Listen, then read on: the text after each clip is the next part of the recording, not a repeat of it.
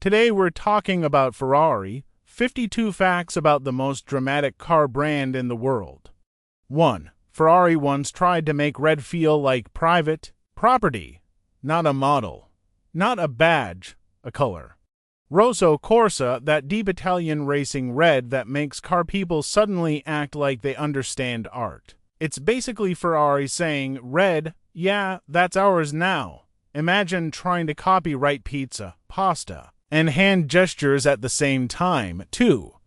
Ferrari is not just a car company anymore. It sells jackets, shoes, watches, perfumes, bags, hats, basically everything for people who want to look like they own a Ferrari, even if their actual vehicle is an electric scooter with one broken brake. 3. And here's the funniest flex. You can say, I have a Ferrari at home, and technically mean a bottle of Italian sparkling wine, because Ferrari is also a wine brand. So, if someone asks where you parked it, you can say, in the fridge, cheapest supercar ownership experience ever. 4. Enzo Ferrari did not start as some untouchable god of speed before the empire, before the red cars, before the racing legend. He sold parts and even worked in business around ordinary goods. The man who later built one of the most exclusive brands on earth started like someone hustling wherever he could. The difference is, most hustles end with a small shop.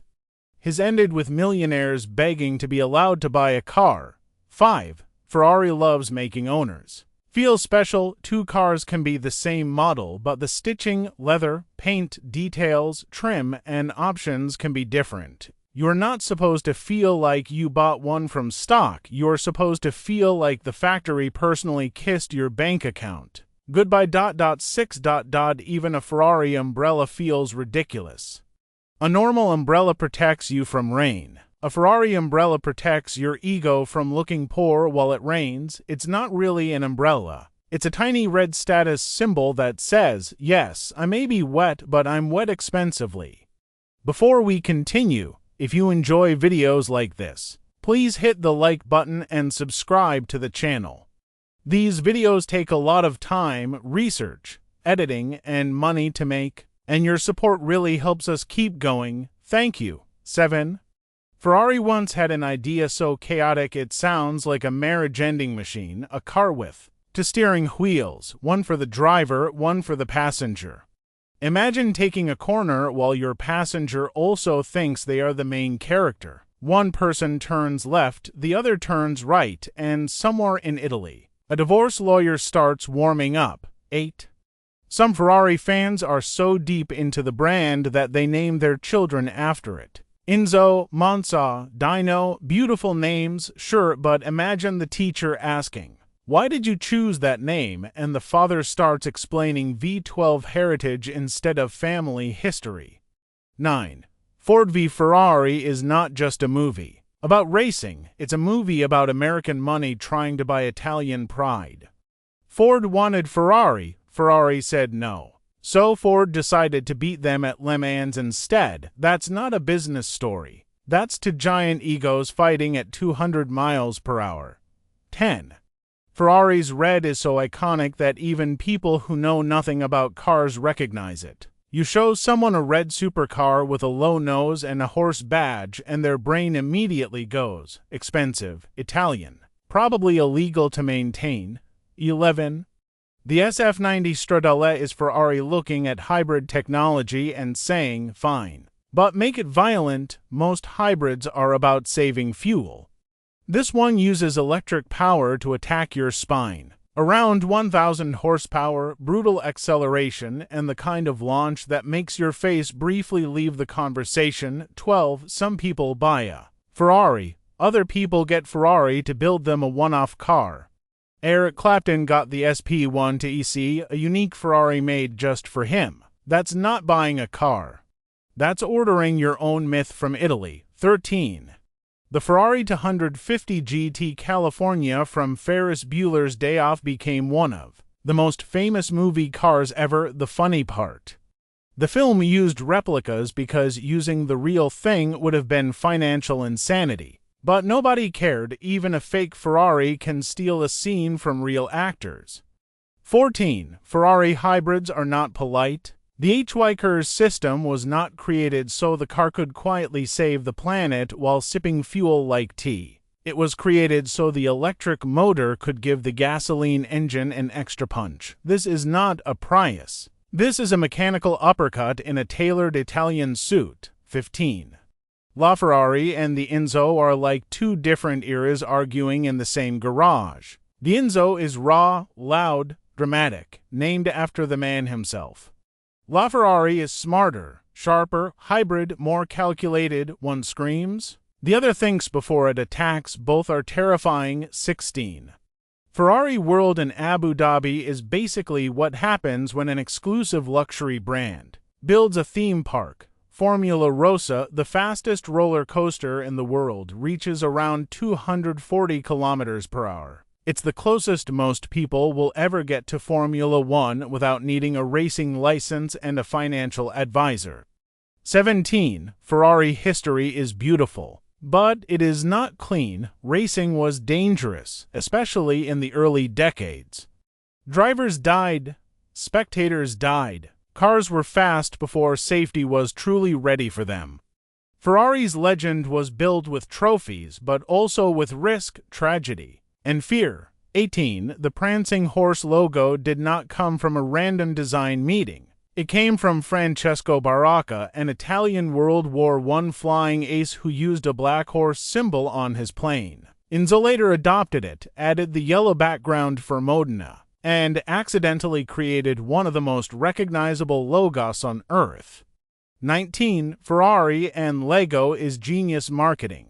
You give someone a Daytona SP3 made of thousands of pieces and they spend hours building the shape, learning the lines, falling in love with the brand. It starts as a toy. Then one day they are older, richer, and emotionally vulnerable near a dealership. 20. Ferrari has perfumes, which means you can smell like speed even if you arrived by bus. Nobody knows exactly what Ferrari fragrance is supposed to smell like. Hot tires, leather, carbon fiber, panic after seeing the repair bill. Still, they put the dream in a bottle. 21. Ferrari does not treat tires like random rubber circles. At Ferrari speeds, tires are the only things stopping the car from becoming a very expensive flying object. They work with tire companies to make rubber that can handle the power, heat, grip, and madness. 22. The Ferrari 812 Superfast has one of the most honest names in car history. Not Storm, not Phantom, not Italian Passion, just Superfast. It has a massive naturally aspirated V12, and the name basically says, "What else do you want from us?" 23. Ferrari had a painful Formula One season in 2014. No wins. For Ferrari, that is not just a bad year. That's like an Italian chef forgetting how pasta works. Fans watched the races with the emotional energy of people waiting for a miracle that never arrived. 24. The Nürburgring is where cars go to be judged by physics and German obsession. When a Ferrari performs well there, it proves it is not just beautiful and loud. It can actually handle corners, braking zones, bumps, heat, and punishment. 25. The Ferrari Mythos concept looked like something designed by a person who refused to sleep until the car looked impossible. Low, strange, futuristic, dramatic. It was not really about production. It was about showing the world that Ferrari could still slap boredom in the face. 26. Enzo Ferrari also cared about wine, which is extremely Italian. Imagine visiting the man behind a racing empire, expecting engines and trophies, and he starts talking about bottles. But that fits Ferrari perfectly: speed, taste, drama, and ego all in one room. 27. Enzo Ferrari reportedly did not like white Ferraris. White was too calm, too soft, not aggressive enough. A Ferrari was supposed to look like it came to fight, not attend a wedding. Today, white Ferraris can look amazing, but somewhere, Enzo's ghost is probably judging the owner silently. 28. A Ferrari Enzo was once gifted to the Pope, and no, he did not start blasting through Vatican City scaring pigeons. The car was sold at auction, and the money went to charity. One of the rare times a hypercar actually helped people instead of just terrifying bank accounts.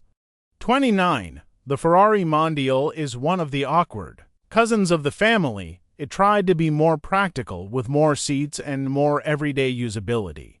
Ferrari fans were not exactly kind to it. It was like ordering spicy food and receiving warm soup. 30.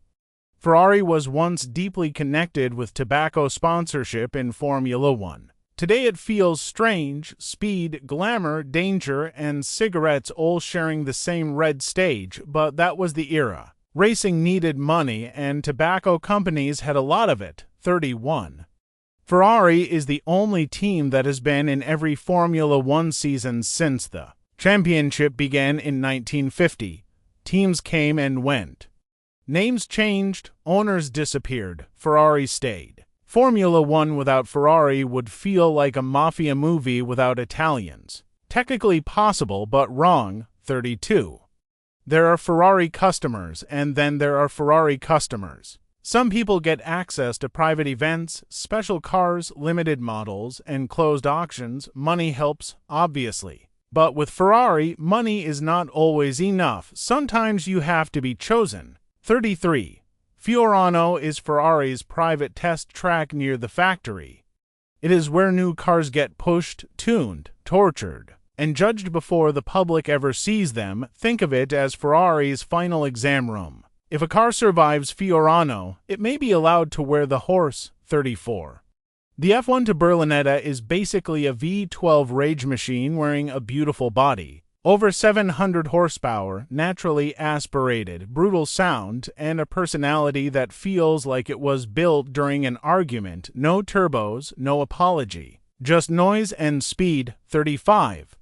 The Ferrari Enzo had to carry the founder's name, so it could not be average, and it wasn't. Carbon fiber, F1-inspired technology, dramatic doors, limited production, huge presence. It was not just a car. It was Ferrari naming a weapon after its king. 36.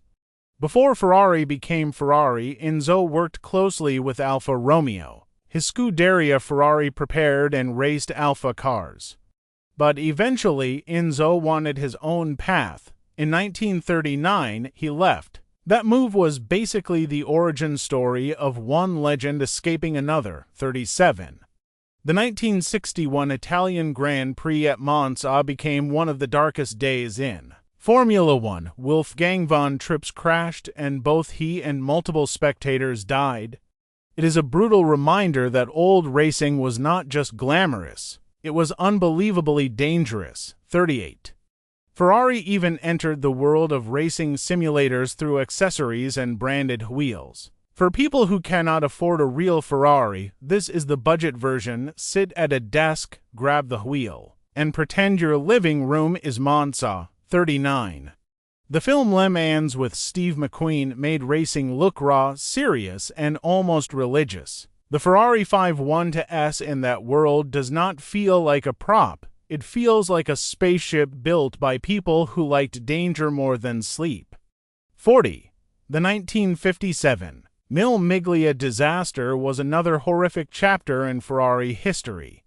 A crash killed the driver, co-driver, and spectators. Events like that helped end the era of insanely dangerous road races. The romance was real. So was the death toll. 41. The Ferrari 308 GTS became famous in America thanks to Magnum PI. After that, everyone wanted the mustache, the Hawaiian shirt, and the red Ferrari. The car became so iconic that it was basically a cast member with better styling. 42. The 458 Italia used aerodynamics in a beautiful way. Air moved through and around the car to create stability without making it look like a track toy covered in ugly wings. Ferrari made invisible air do visible work. 43. The Ferrari Enzo was so extreme that some markets had problems with regulations around safety and emissions. Imagine paying hypercar money and then being told, sorry, society is not ready for your toy. 44. Ferrari built its legend not only in Formula One but also in endurance racing. Le Mans is different from a short race. You do not just need speed. You need reliability, teamwork, strategy, and the ability to survive 24 hours of mechanical torture. 45. Ferrari watches with brands like Hublot are exactly what you expect: expensive, technical, dramatic, and full of materials that sound like they came from a spaceship. Carbon fiber, titanium, aggressive design. A watch that looks like it wants to overtake another watch. 46. Maranello became the heart of Ferrari. Partly because of war, during World War II, Ferrari moved from Modena to Maranello after bombing pressure. A small town became the center of one of the most famous car brands on Earth. Sometimes legends are born because history pushes them there. 47. Ferrari does not only sell cars. It sells racing experiences. Owners can enter special Ferrari racing series and drive track-prepared cars. So instead of just flexing in traffic, you can spend even more money pretending to be a professional driver. 48. The F40 LM was an even more extreme version of the already insane F40. For American fans, it became a forbidden dream because rules made importing it difficult. And nothing makes people want a car more than being told they cannot have it. 49. Ferrari protects its image aggressively. If you buy one and turn it into a clown car with terrible paint and ugly modifications, Ferrari will not be happy. Technically, it is your car. Emotionally, Ferrari still thinks it belongs to the bloodline. 50. Limited Ferraris are not treated like normal products. Ferrari does not like people buying rare cars just to flip them immediately for profit. The brand wants collectors, loyalists, people with history. Basically, Ferrari wants your money but also wants to approve your personality. 51. The Ferrari 250 GTO is the holy grail. Only 36 were built, and prices can reach insane levels. At that point, you are not buying a car. You are buying a museum piece that happens to have wheels, noise, and the ability to bankrupt entire families. 52.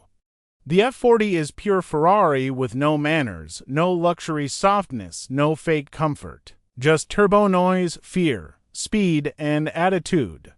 It was the last Ferrari created during Enzo Ferrari's lifetime, and it feels like his final message: this is what a legend should be.